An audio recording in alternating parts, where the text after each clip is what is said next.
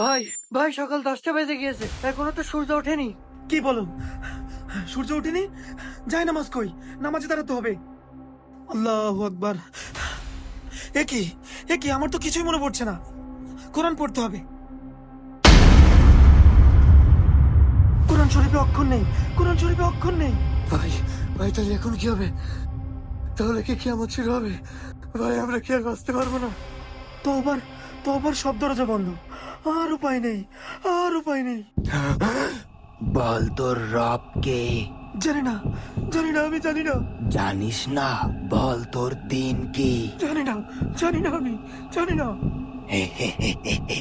বল তোর নবী কে? নবী, নবী, নবী, আমি মনে করতে পারছি না, আমি মনে করতে পারছি না।